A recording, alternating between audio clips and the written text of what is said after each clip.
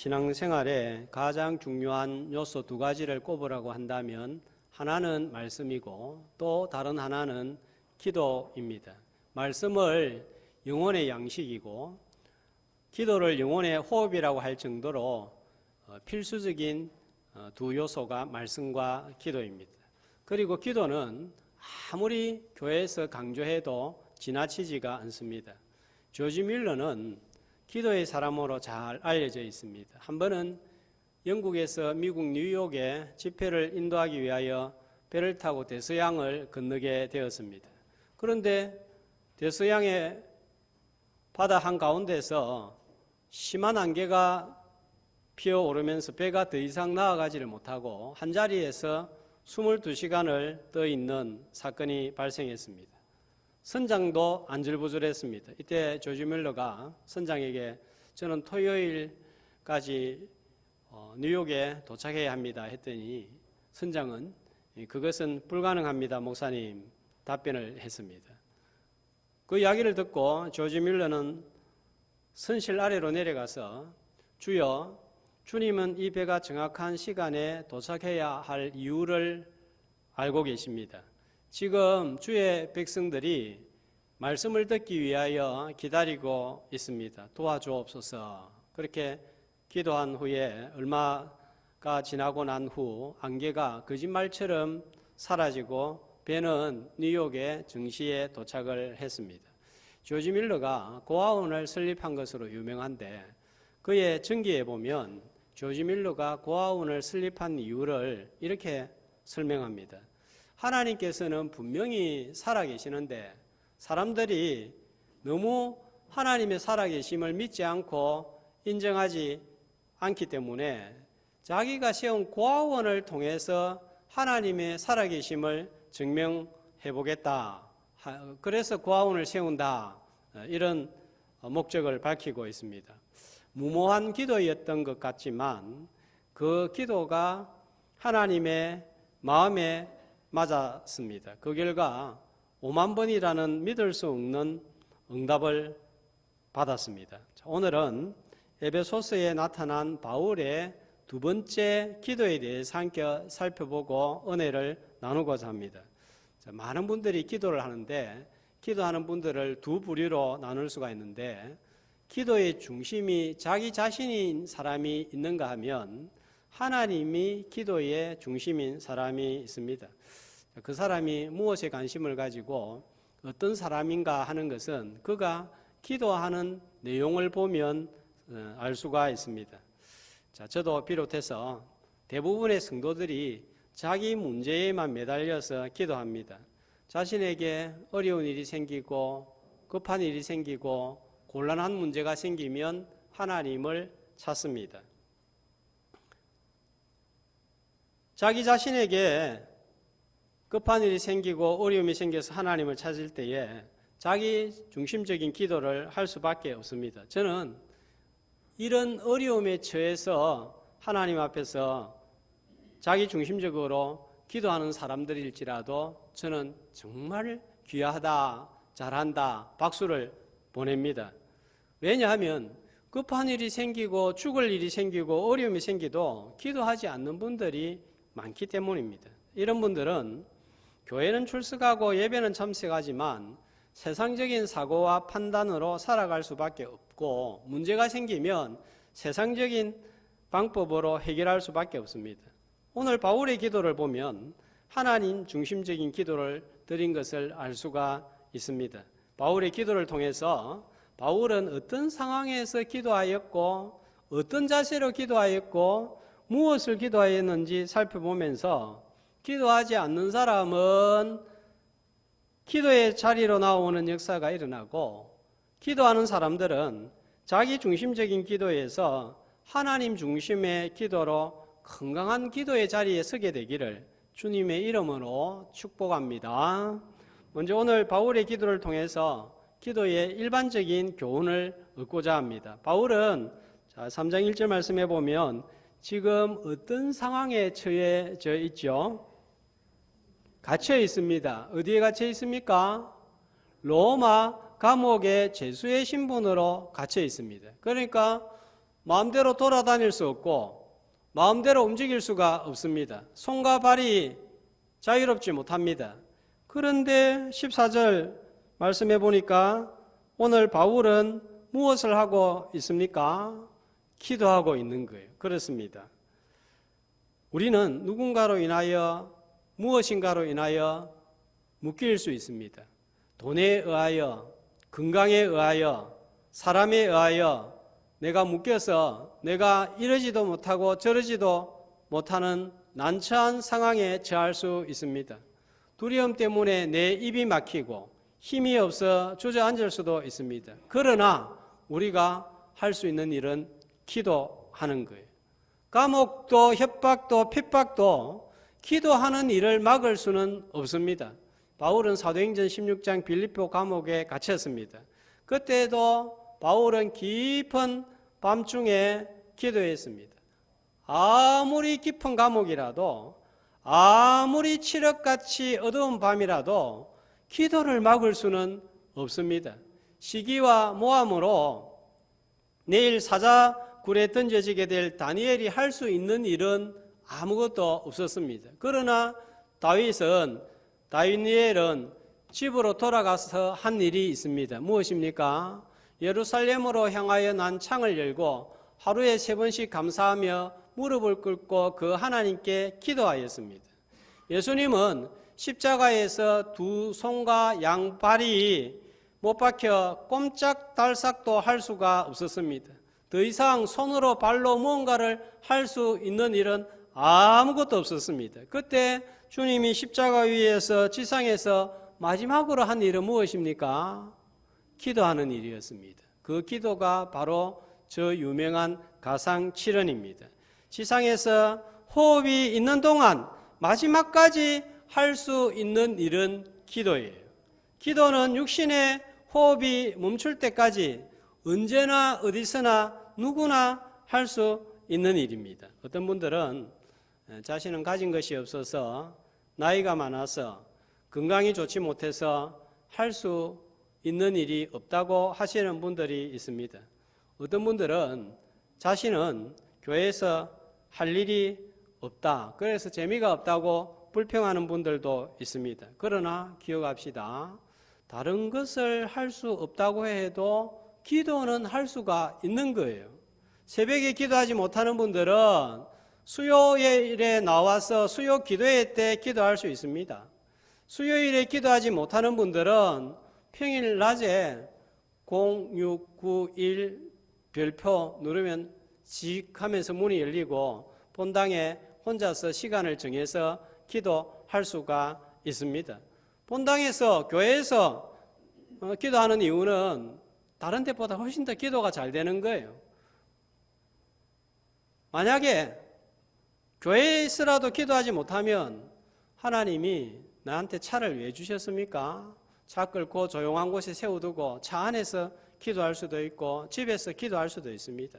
제일 좋은 거는 성도들이 함께 모여서 기도하는 것은 교회를 위한 기도가 되기도 하고 교회의 영성을 부여하기도 하고 우리 자신을 위한 것이기 때문에 함께 기도하는 것이 제일 좋지만 그렇게 하지 못한다면 개인적으로 기도할 수 있습니다. 여러분, 기도하는 일이 작은 일입니까? 기도하는 일보다 더 중요한 사역이 어디에 있습니까? 새벽에 나와서 기도하는 그 기도 사역이 하는 봉사들 가운데서 가장 큰 봉사 가운데 하나예요. 기도는 우리를 변화시키는 힘이 있습니다. 새롭게 하는 능력이 있습니다. 말씀을 보는 눈이 열리게 하고 귀가 열리게 하는 역사가 있습니다. 자, 말씀이 귀에 잘 들어오지 않는 분들이 있습니다. 자, 이런 분들이 하시는 말씀은 주로 말씀이 은혜가 안 된다, 그런 이야기입니다. 자, 전하는 자가 잘 전하지 못해서 생기는 현상일 수 있습니다. 그러나 한번 생각해 보세요. 주중에 예배를 위해서, 말씀 전하는 자를 위해서, 말씀을 위해서 한 번이라도 기도한 적이 있는가요? 말씀의 은혜를 받기 원한다면 주중에 말씀 전하는 자를 위하여, 말씀을 위하여, 예배를 위하여 몇 번이라도 기도해 보세요. 말씀과 말씀 전하는 자를 위하여서 기도하면서 말씀을 듣는 것과 그냥 헐레벌떡 달려와서 말씀을 듣는 거에는 엄청난 차이가 있습니다. 실제로 그런지 안 그런지 한번 시도해 보시면 좋겠습니다. 어린아이도 기도할 수 있고 어른도 기도할 수 있고 남자도 여자도 기도할 수 있습니다. 감옥에서도 기도할 수 있고 감옥 밖에서 기도할 수도 있고 아침에 기도할 수도 있고 밤에 기도할 수도 있습니다. 기도를 할 수 없는 시간과 상황은 없습니다. 언제 어디서든지 어떤 상황이든지 기도하는 하나님의 사람들 다 되시기를 주님의 이름으로 축복합니다. 바울은 왜 기도하고 있습니까? 기도의 동기에 대해서 이제 살펴보겠습니다. 자, 본문의 시작이 어떻게 되죠? 14절 말씀에요. 이름으로 똑같은 단어가 3장 1절에 보면 어떻게 또 나와 있죠? 이름으로, 그러니까 서로 연결이 되어 있는 거예요.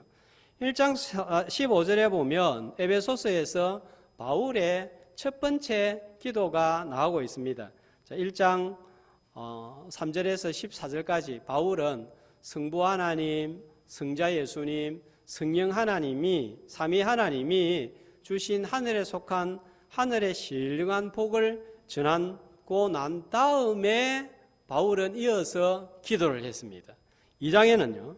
긍휼의 풍성한 하나님이 우리를 사랑하신 큰 사랑으로 죽은 우리를 그리스도와 함께 살리시고 살리신 후에 성령 안에서 하나님의 거하실 처소가 되기 위하여 행하신 삼위 하나님의 구원 경륜을 전했습니다.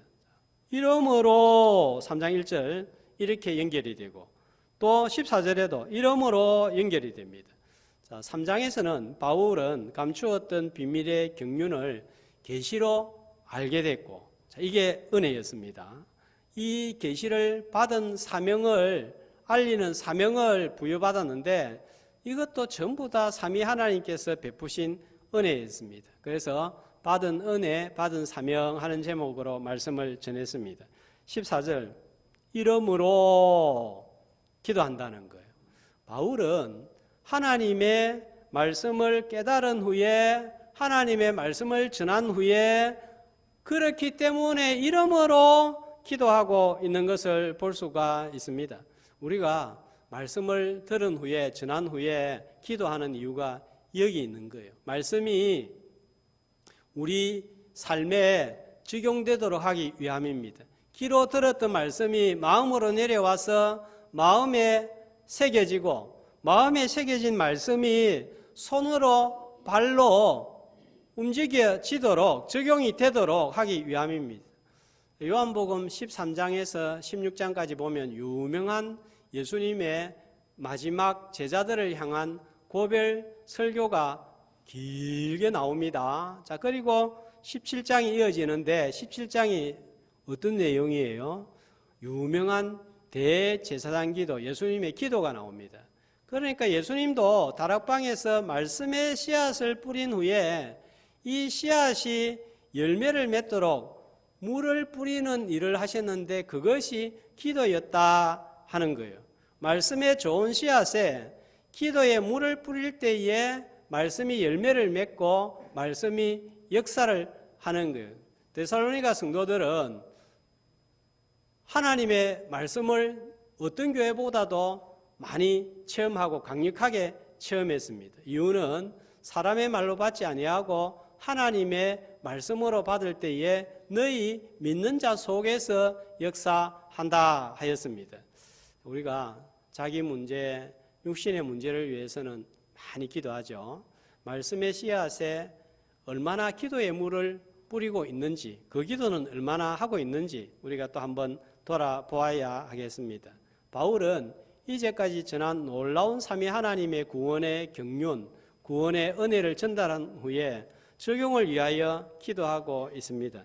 자, 19절 말씀해 보면은 기도의 절정이 나오는데, 자, 무엇을 위하여 어떤 내용으로 기도하고 있죠? 마지막에 보면 하나님의 모든 충만하신 것으로 너희에게 충만하게 하시기를 구하노라 했습니다. 무엇으로 충만하도록 기도하고 있죠? 19절 말씀해 보니까요.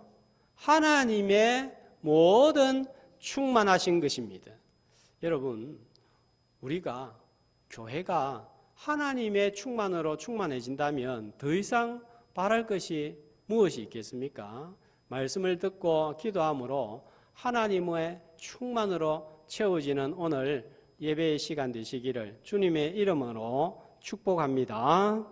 자, 이제 바울은 기도하는데 기도 내용에 들어가기 전에 누구에게 기도하고 있는지 알려주고 있습니다. 자, 오늘 바울의 기도는 크게 세 부분으로 나눠져 있는데 성경의 기도를 잘 살펴보면 대부분 다 이런 형식을 갖추고 있습니다.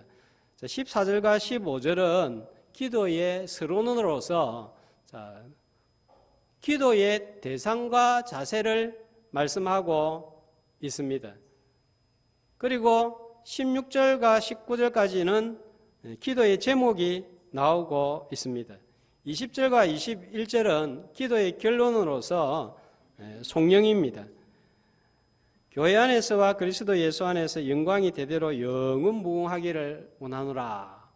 영광을 하나님께 돌려보내고 있습니다. 자, 오늘은 14절, 15절 누구에게 어떤 자세로 기도하고 있는지 살펴보도록 하겠습니다.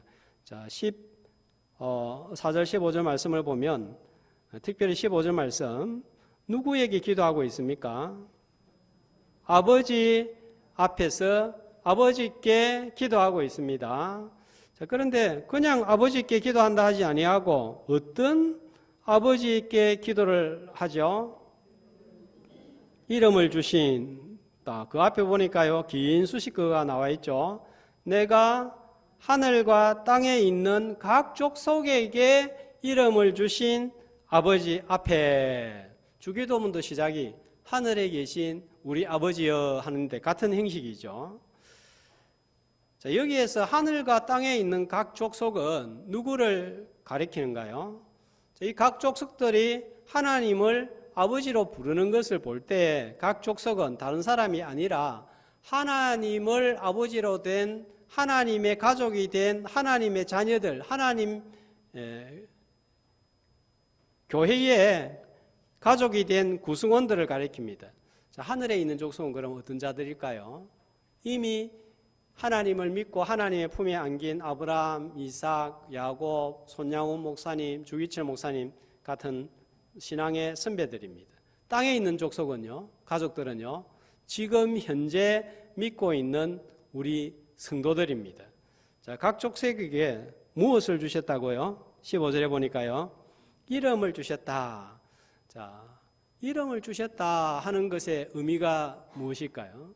하나님이 아담한테 권세를 주셨는데, 권위를 주셨는데 어떤 권위를 주셨습니까? 이름을 짓는 권위를 주신 거죠. 누구 이름을 짓도록 하셨습니까? 각종 새와 동물들의 이름을 짓도록 하신 거예요. 그건 뭘 의미합니까? 아담으로 하여금 온 세상과 동물과 새들을 다스리라, 통치해라 하는 의미로 그런 권세를 준 거예요. 하나님은 우리에게 이름을 주셨다 하는 것은 우리를 다스리신다 하는 거예요.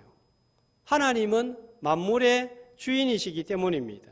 시편 24편 1절은 하나님에 대해서 이렇게 말씀하고 있습니다. 한 목소리로 땅과 거기에 충만한 것과 세계와 그 가운데 사는 자들은 다 여호와의 것이로다. 그러니까 이 모든 세상 만물의 주인이 누구란 말이에요? 소유주가 하나님이시다 하는 거예요. 그런데 이분이 우리에게 어떤 분이 되신다는 거예요? 15절 말씀해 보니까 아버지라고 하는 거예요. 그러므로 우리는 12절과 같이 확신과 담대함을 가지고 하나님께 나아갈 수가 있습니다. 자, 우리에게 하나님이 어떤 이름을 주셨죠? 하나님은 때로는 새로운 이름을 주셔서 그 삶이 새롭게 되도록 하셨는데, 대표적으로 야복 강가에서 야곱이 하나님을 만난 후에 새 이름이 주어지는데 어떤 이름을 하나님이 야곱에게 주셨죠? 이스라엘. 야곱 하면 뜻이 어떤 뜻인가요? 사랑과 겨루는 자 하는 뜻입니다. 이스라엘은요, 하나님과 상대하는 자 하는 뜻입니다. 그러니까 야곱에게 지금까지는 사람 겨루고 사람 속이고 사람 어떻게 할 것인가 방법 연구했지만 이제는 어떻게 하면 하나님을 기쁘시게 하고 하나님의 방법대로 살 것인가, 하나님과 대면하면서 만나면서 살아라 하는 거예요. 우리에게도 새 이름을 주셨습니다. 자, 어떤 이름일까요? 갈라디아서 6장 16절 말씀해 보면 갈라디아 성도들을 향하여 그냥 성도들에게 이렇게 말하지 않고 뭐라고 호칭하고 있습니까? 하나님의 이스라엘에게 평강과 긍휼이 있을지어다. 그러니까 유대인 이스라엘이 아니라 우리는 이제 어떤 이스라엘이 된 거예요? 새 이스라엘, 하나님의 이스라엘이 되었다는 것입니다. 사도행전 11장 26절에는 안디옥에서 비로소 어떤 이름이 불려집니까? 그리스도인이라 불려지게 된 거예요. 새 이스라엘이라는 이름이 우리에게 주어진 거예요. 늘 사람과 상대하고 세상과 상대하고 세상 방법으로 살아가던 사람이었는데 이제는 하나님의 관점으로 세상을 바라보고 하나님의 관점으로 생각하는 새 이스라엘이 되어라 하는 의미로 우리에게 이스라엘이라는 이름을 부여하신 것입니다. 하나님께서 우리에게 주어진 이름입니다. 기도함으로 이제는 만물의 주인이시며 다스리시는 하나님께 기도하는 새 이스라엘 백성들, 다대교회 가족들이 되시기를 주님의 이름으로 축복합니다.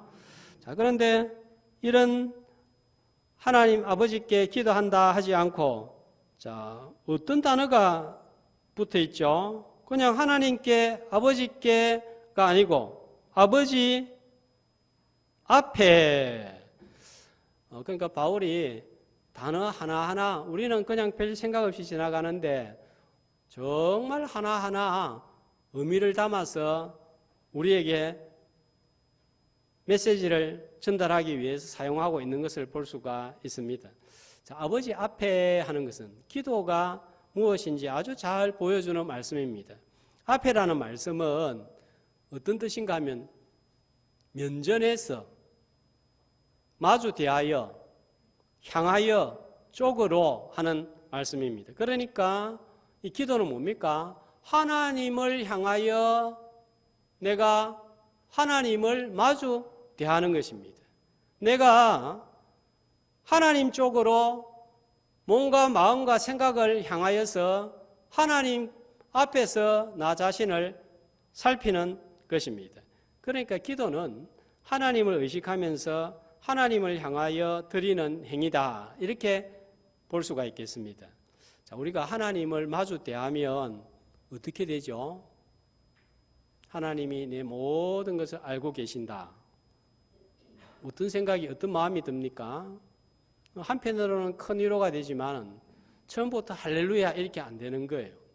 이사야 6장 5절에 보면 이사야 선지자가 성전에서 하나님을 만났을 때에 입에서 나오는 첫 마디는 뭡니까?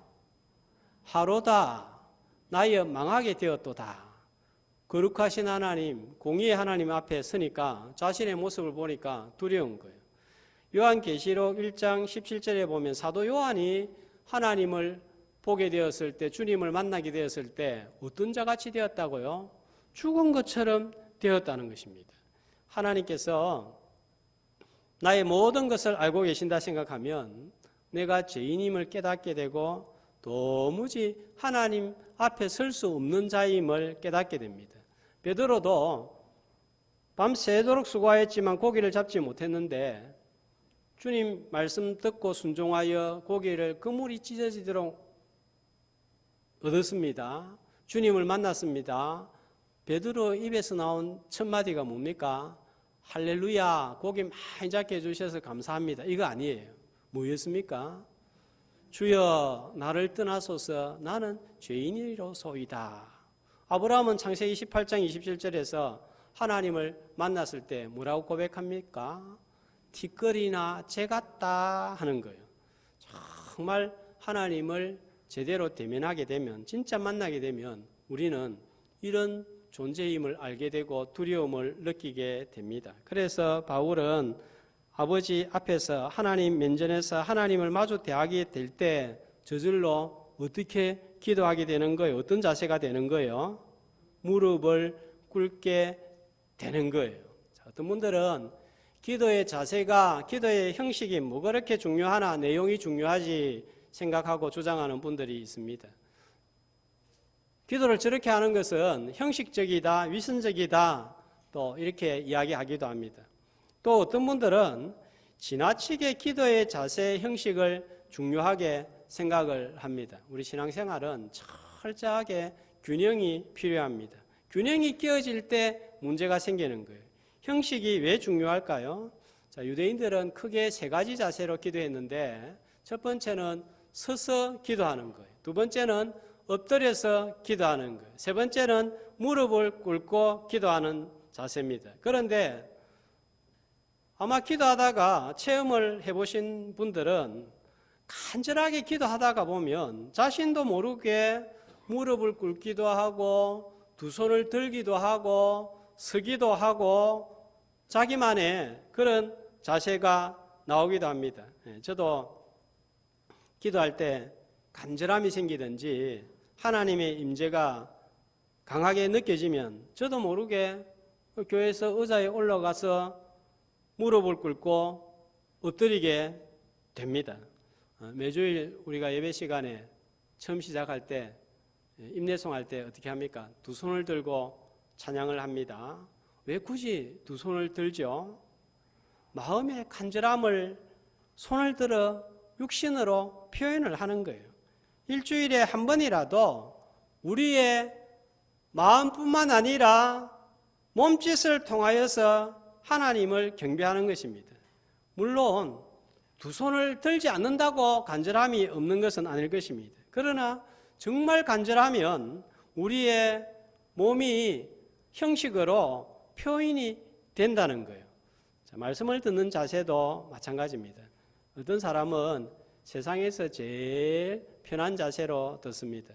다리를 꼬기도 하고 팔짱을 끼기도 하고 졸기도 합니다. 잘 됐나 잘못됐나 이거를 제가 따지려고 하는 게 아니에요. 그런데 이렇게 한번 생각해 보세요. 직장의 상사나 고객의 이야기를 들을 때 어떻게 듣는가 하는 거예요. 여러분, 예배 중에 듣는 말씀은 사람의 입에서 나오는 말이지만 하나님의 말씀입니다. 말씀 앞에서는 경외심을 가져야 됩니다. 로이드 존스 목사님은 성경을 읽을 때는 다른 책들을 읽는 것처럼 읽지 말라고 합니다. 성경을 읽다가 마음에 감동이 오면 무릎을 꿇고 말씀을 읽으라, 그렇게 권면을 하기도 합니다. 우리 마음의 간절함과 소원과 하나님을 경외함이 바른 자세로 몸짓으로 표현될 수 있기를, 그렇게 될 때 그것 자체가 예배가 되고 경배가 되는 것입니다. 바른 자세가 우리의 마음과 간절함과 소원을 표현하는 은혜의 표현 수단이 되기를 주님의 이름으로 축복합니다. 자, 그런데 기도는 무릎을 꿇는 두려움만으로 하나님께 나아가는 것은 아니에요. 그렇다면 겁이 나서 맨날 하나님 앞에 어떻게 나가겠습니까? 자, 오늘 15절 말씀해 보니까 하나님을 어떤 분이시라고요? 아버지라고 합니다. 그러므로 우리는 두려움과 경외감과 동시에 다정다감하신 아버지께 나아갈 수가 있습니다. 자, 우리가 아버지 하나님께 나아갈 때 어떻게 나아가야 되겠습니까? 히브리서 11장 6절은 두 가지를 말씀을 하고 있습니다. 자, 같이 믿음이 없이는 하나님을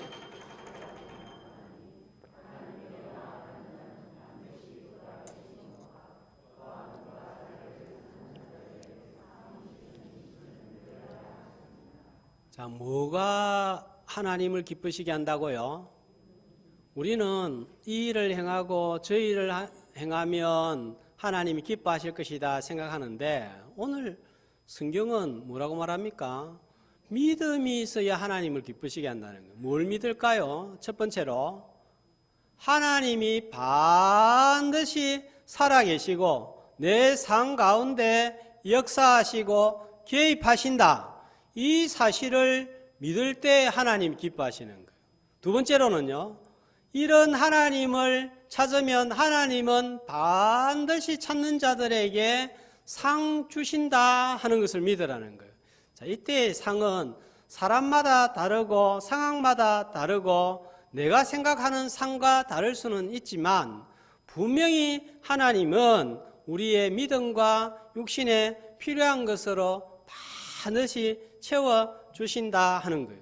때로는 이 상이 나에게 눈물이 될 수 있고 아픔이 될 수 있고 환난이 될 수도 있지만 하나님은 그 시기에 가장 합당하고 좋은 것을 나에게 주시는 아버지라는 사실입니다. 종교개혁가 루트는 하나님을 온전히 신뢰하는 사람이었지만 이 교회를 생각하고 시시때때로 자신에게 찾아오는 위기를 생각하면 걱정이 되어서 불안해서 잠을 이룰 수 없는 날들이 많았습니다. 자, 이런 염려가 찾아올 때 마르틴 루터가 한 일은 눈을 감고 교회의 주인이 누구인지 또 자기 삶의 주인은 누구인지를 생각하면서 기도를 했다고 합니다. 주님, 이 세상이 주님의 것입니까? 아니면 저의 것입니까? 여기 있는 교회가 주님의 것입니까? 아니면 사람들의 것입니까? 제가 말한 모든 것들이 주님의 것이라면 하나님께서 맡아서 책임지시고 돌봐주실 것을 믿습니다. 그래서 저는 이만 잠을 자도록 하겠습니다 하고 잠자리에 들었다고 합니다.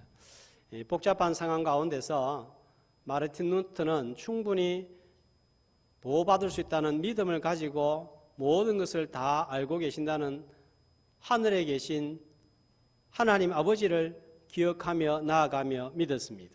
그러니까 이 불안하고 두려워할 때 하나님이 주신 믿음을 작동을 시킨 거예요.